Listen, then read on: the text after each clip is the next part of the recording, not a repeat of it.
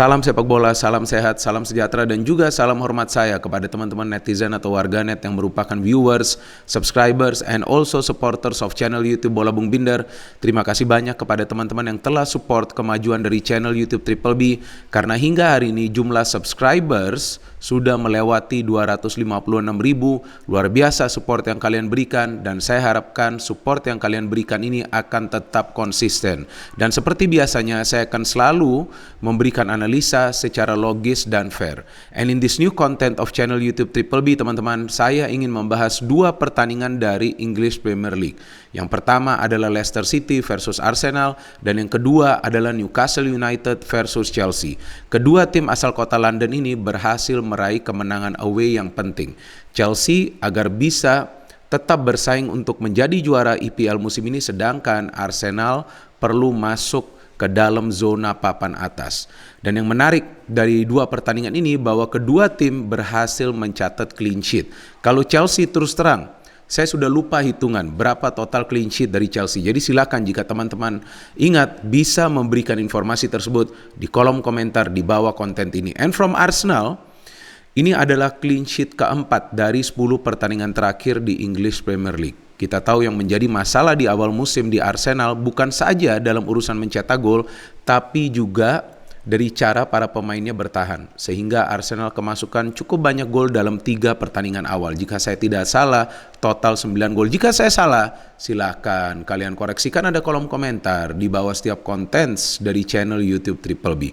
So this was a very special win for Arsenal, karena mereka masih bisa mempertahankan momentum tidak terkalahkan. Itu sangat penting, teman-teman. Dan dari catatan saya, sudah total 9 pertandingan Arsenal tidak terkalahkan dari semua kompetisi yang mereka berpartisipasi. Jadi ini adalah sebuah progres yang cukup baik yang dilakukan Arteta. Ketika di awal musim dia juga diberikan tekanan untuk bisa memutarbalikkan keadaan untuk Arsenal agar Arsenal bisa kembali stabil dalam urusan meraih poin demi poin agar Arsenal bisa kembali bermain di kompetisi antar klub Eropa musim depan.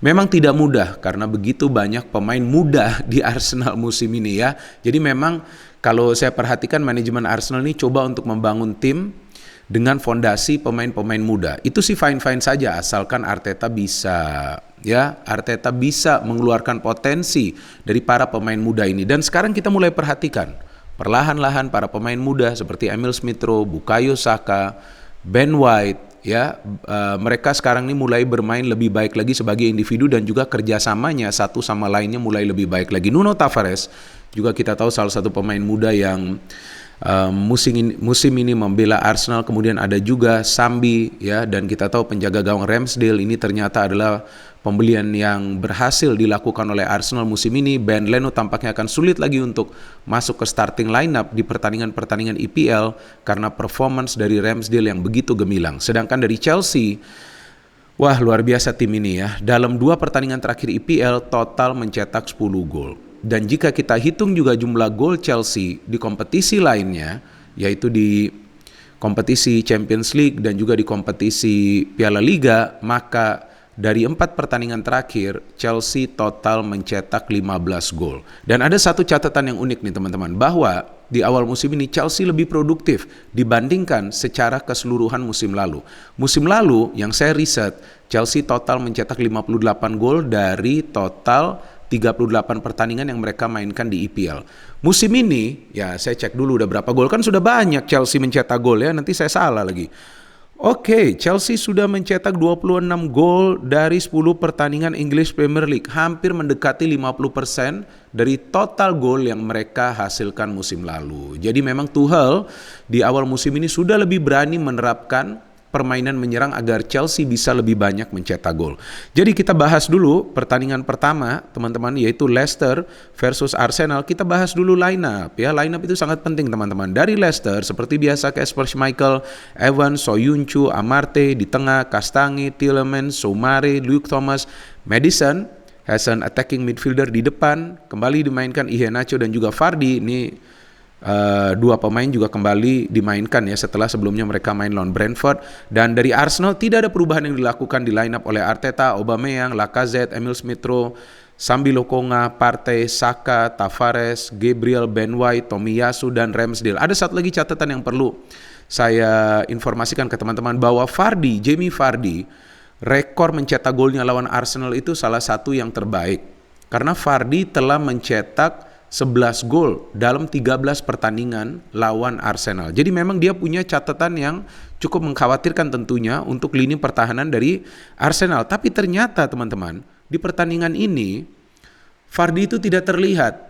Ya mungkin jika kalian cek ada di kantongnya Gabriel. Ya karena memang benar-benar Vardy tidak berkutik di pertandingan ini. Tidak ada peluang yang berbahaya dari Vardy. Jadi jalannya pertandingan, saya pikir Arteta kali ini cukup berani bermain away. Tapi sepertinya dia menginstruksikan para pemainnya untuk tidak terlalu lama menahan bola di tengah dan cepat mengalirkan bola ke depan karena ada pemain cepat seperti Emil Smith Rowe dan juga Bukayo Saka, dan terbukti Saka hampir saja menciptakan peluang yang berbahaya jika peluang itu tidak bisa diamankan oleh Daniel Amartey. And then kita tahu bahwa Arsenal bisa mencetak gol dari set piece, dan ini adalah gol kedua dari set piece secara berturut-turut. Sebelumnya Arsenal juga mencetak gol dari set piece lawan Villa ketika Partey bisa mencetak gol menerima umpan dari Emil Smith Rowe. Kali ini Saka yang memberikan umpan kepada Gabriel. Gabriel bisa menyelesaikan umpan dari Saka itu dengan begitu baik dan dia bisa mengalahkan Vardy saat berduel. Nah, maka itu kan tadi sudah saya katakan bahwa Gabriel kantongin Vardy. Lihat saja duel di udara Vardy kalah. Padahal kita tahu Vardy lebih sering memenangi duel-duel di udara. So setelah unggul 0-1 yang saya suka bahwa Arteta tidak merubah taktik dari Arsenal. Ya, dari permainan Arsenal. Justru Arsenal tetap bermain attacking dan Oba hampir saja mencetak gol tapi sayang tendangannya tuh mengarah langsung ke Schmeichel.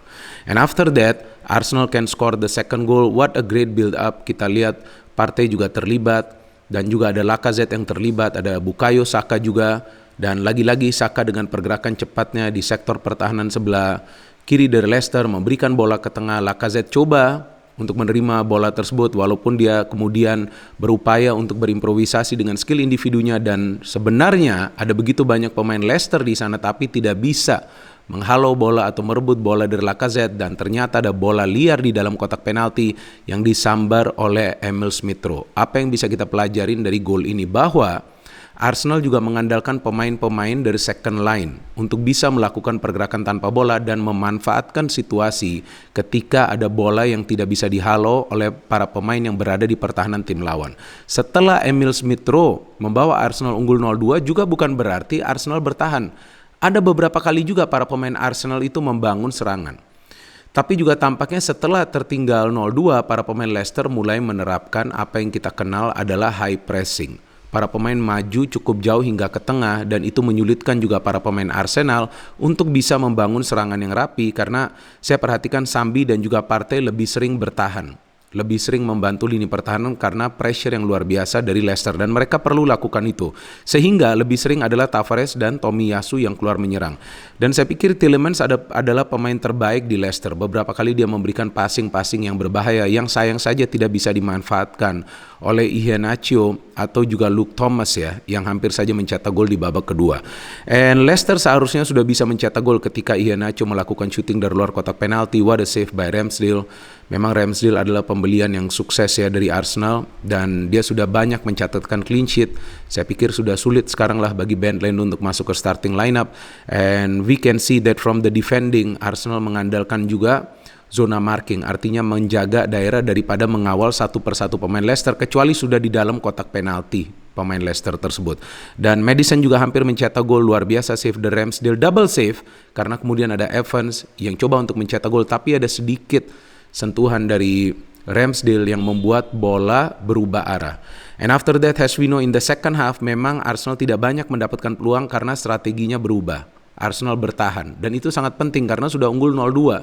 Kalau sudah unggul cukup jauh ya wajar bertahan, tapi kalau masih unggul tipis sangat riskan. Dan Leicester mendapatkan banyak peluang, Harvey Barnes, kemudian ada Thomas. Tapi ya itu dia, performa dari Ramsdale ini lagi bagus-bagusnya. Di awal musim memang sangat bagus. Lawan Brighton juga jika bukan Ramsdale, saya pikir Arsenal bisa saja kalah di pertandingan ini. Oba mendapatkan satu peluang di tiang jauh ya memang, tapi sulit juga ya untuk bisa mencetak gol ke gawang Schmeichel. Jarang nih Schmeichel kemasukan banyak gol saat menjadi penjaga gawang utama dari Leicester. So this was not an easy win for Arsenal. ada permainan taktis dari Arsenal, dan juga saya kira itu adalah karena Arteta bisa melakukan improvisasi dalam menerapkan taktik. Setelah unggul 0-2, terlihat jelas di second half itu Arsenal lebih bertahan, tapi mereka bertahan secara benar dan baik, sehingga memang Leicester tidak banyak mendapatkan peluang juga di babak kedua dari dalam kotak penalti. Yang saya catat hanya 2, Harvey Barnes, dan kemudian ada pemain pengganti yang masuk yaitu Lookman yang hampir saja mencetak gol, yang bisa juga di save oleh Ramsdale. Selain itu lebih banyak adalah peluang-peluang di luar kotak penalti. Jadi memang tidak mudah bagi Leicester di pertandingan ini menghadapi permainan yang disiplin dari para pemain Arsenal. Sekarang tentunya adalah ke game 2, Newcastle versus Chelsea. Newcastle sejauh ini belum bisa meraih kemenangan di EPL karena tim ini lebih sering asik menyerang daripada disiplin dalam urusan bertahan. Steve Bruce telah dipecat, dan caretaker yaitu Graham Jones juga kita lihat belum bisa memberikan sentuhan taktiknya agar para pemain Newcastle bermain lebih disiplin lagi. Dan walaupun di atas kertas memang Chelsea seharusnya bisa menang, tapi ya tidak akan mudah bagi Chelsea untuk bisa mencetak gol karena Chelsea tidak bisa diperkuat oleh Werner, Lukaku, dan juga Pulisic. Pulisic memang sudah lebih lama cedera. Plus Kovacic yang tidak bisa bermain di pertandingan ini karena dianggap tidak fit. So there would be a problem for Chelsea jika Tuchel tidak bisa melakukan rotasi secara baik. Dan pernah saya jelaskan di salah satu konten tentang Chelsea bahwa Tuchel harus sering melakukan rotasi agar juga para pemain bisa menjaga kebugarannya, karena Chelsea kan bermain di kompetisi lainnya juga. Dan juga agar para pemain itu bisa tetap menjalin kerjasama yang baik, siapapun yang bermain di atas lapangan. Dan di pertandingan ini Tuchel juga ada melakukan rotasi, di mana Christensen yang dipilih bermain di lini pertahanan, bukan Chalobah, ada Rudiger, ada Thiago Silva di tengah, ada pergantian juga yang dilakukan, Kovacic yang tidak bermain, dan ada N'Golo Kante bersama Jorginho, Chilwell seperti biasa, Reece James. Lagi-lagi saya tegaskan, inilah pemain favorit saya. Dan apa yang saya katakan tahun lalu ternyata terbukti benar kan. Saya sudah tegaskan bahwa Reece James ini adalah pemain yang bagus, tinggal perlu pelatih yang bisa memoles dan mengeluarkan bakat dari Reece James. Dan terbukti sekarang dengan Thomas Tuchel, Reece James bermain lebih disiplin dan dia juga punya kemampuan untuk mencetak gol. Dan untuk sementara dia adalah top scorer dari Chelsea, teman-teman. Ngeri gak tuh? Dia adalah top scorer dari Chelsea dengan total telah mencetak 4 gol. Nah, jadi memang ini saya pikir adalah salah satu bagian dari kontribusi Tuchel ya, di mana dia juga bisa meningkatkan performance dari para pemain Chelsea agar juga tidak mengandalkan satu pemain untuk mencetak gol. Dan di depan ternyata Mason Mount tidak bermain, ada Ziyech, Odoi, dan juga Havertz. Dari Newcastle mereka seperti biasa mengandalkan pemain-pemain mereka yang merupakan kombinasi antara para pemain muda dan juga para pemain senior. Dari jalannya pertandingan di babak pertama memang Chelsea dominasi total. Tapi yang saya perhatikan para pemain Chelsea itu coba untuk bermain cantik, coba lebih lama untuk menguasai bola, build up serangan yang rapi, yang ternyata menyulitkan mereka untuk menciptakan peluang yang berbahaya. Karena terus terang saya tidak melihat ada peluang yang berbahaya yang bisa dihasilkan oleh para pemain Chelsea di babak pertama. Havertz 2 kali berada di posisi offside, dan saya pikir sulit ya para pemain asal Jerman yang dibeli tahun lalu untuk bisa perform di Chelsea. Selain Havertz, kita tahu Werner adalah pemain yang sulit mencetak gol. Meskipun Havertz mencetak gol di Liga Champions di final, tapi kita lihat di game ini juga sulit Havertz untuk bisa convert peluang yang dia dapat. Dan Ziyech bermain baik juga di match ini, beberapa kali passingnya dia berikan akurat. So Chelsea have to change, right? So apa yang perlu dilakukan Tuchel untuk melakukan perubahan itu? Tentu tidak akan mudah ketika para pemain Newcastle juga berani terus-menerus bermain menyerang. Tapi yang saya perhatikan bahwa perubahan cara permainan dari Chelsea di babak kedua itu adalah lebih sering melakukan shooting dari luar kotak penalti. Dan kita lihat Havertz hampir mencetak gol ketika dia melakukan shooting dari luar kotak penalti, tapi bisa di-save oleh Darlow, dan akhirnya Chelsea bisa mencetak gol setelah kita lihat Odoi memberikan crossing dari kiri. Sebetulnya itu bola mengarah ke Loftus-Cheek, tapi Loftus-Cheek tidak bisa memanfaatkan umpan tersebut, dan kemudian bola tersebut jatuh ke Reece James. Dan coba kita lihat ya bagaimana kontrol bola dari Reece James. Luar biasa kan? Dia kontrol bola dengan kaki kanannya, kemudian dia shooting dengan kaki kirinya. Dia melakukan penyelesaian akhir seperti seorang striker. And after 0-1 bukan berarti Chelsea akan bermain bertahan. Enggak, karena Newcastle benar-benar sudah sulit untuk mengimbangi pergerakan-pergerakan para pemain Chelsea. And then as we see that Chelsea can score the second goal dari Reece James juga ketika Loftus-Cheek ya mungkin ya, yang coba untuk syuting, kemudian bolanya bisa diblok oleh salah seorang pemain Newcastle dan bola tersebut justru diterima oleh Reece James yang melakukan syuting yang keras dan bisa mencetak gol kedua untuk Chelsea. Kita lihat ya bagaimana teknik dia dalam melakukan syuting, seperti seorang gelandang serang yang biasanya melakukan shooting seperti itu, keras tapi terarah, and then Jorginho can score the third goal setelah Havertz dilanggar di dalam kotak penalti ketika dia menerima umpan dari Ross Barkley. Jadi juga ada beberapa pergantian pemain yang dilakukan oleh Tuchel yang bisa mengubah keadaan untuk Chelsea, karena Barkley juga bermain baik di pertandingan ini. Loftus-Cheek juga ketika masuk saat Kante ditarik keluar, karena Tuchel tentunya ingin agar timnya mencetak gol, sehingga dia memainkan pemain yang punya naluri menyerang yang lebih baik lagi dibandingkan Kante, walaupun Kante juga aktif ikut terlibat dalam proses serangan. So this was a very valuable win for Chelsea, karena dengan kemenangan ini dan juga hasil serinya Liverpool, Chelsea sementara berada di peringkat nomor 1, selisihnya sudah 3 poin dengan Liverpool. City juga kalah ya, dan MU menang, tapi MU masih cukup jauh. MU berada di peringkat ke-5, poinnya sama dengan Arsenal. Padahal MU ada Ronaldo, Arsenal ada siapa? Arsenal ada Arteta, bos. Iya kan? Kita lihat sekarang Arteta bisa mengubah performa timnya. Kenapa? Karena tidak lagi sering melakukan perubahan di line up, tidak juga melakukan eksperimen dalam cara permainan. Tetap bermain menyerang walaupun bermain di pertandingan away. Sedangkan Tuchel bisa membuktikan juga bahwa dia juga bisa menerapkan strategi yang menyerang, bahwa Chelsea juga tidak mengandalkan 1 atau 2 pemain dalam urusan mencetak gol. Ada juga pemain-pemain lain yang akan bisa mencetak gol. Sebelumnya Mason Mount mencetak hat-trick lawan Norwich, dan di match ini Reece James, my favorite player. Sengaja saya katakan 3 kali biar kalian semua dengar ya. Reece James inilah my favorite player yang mencetak 2 gol di pertandingan lawan Newcastle United. Jadi kita tunggu saja bagaimana nanti pertandingan-pertandingan selanjutnya untuk kedua tim asal kota London ini. Memang untuk sementara London masih biru dan Chelsea untuk sementara berada di peringkat nomor 1. Tapi Arsenal perlahan-lahan ya mulai masuk ke zona papan atas.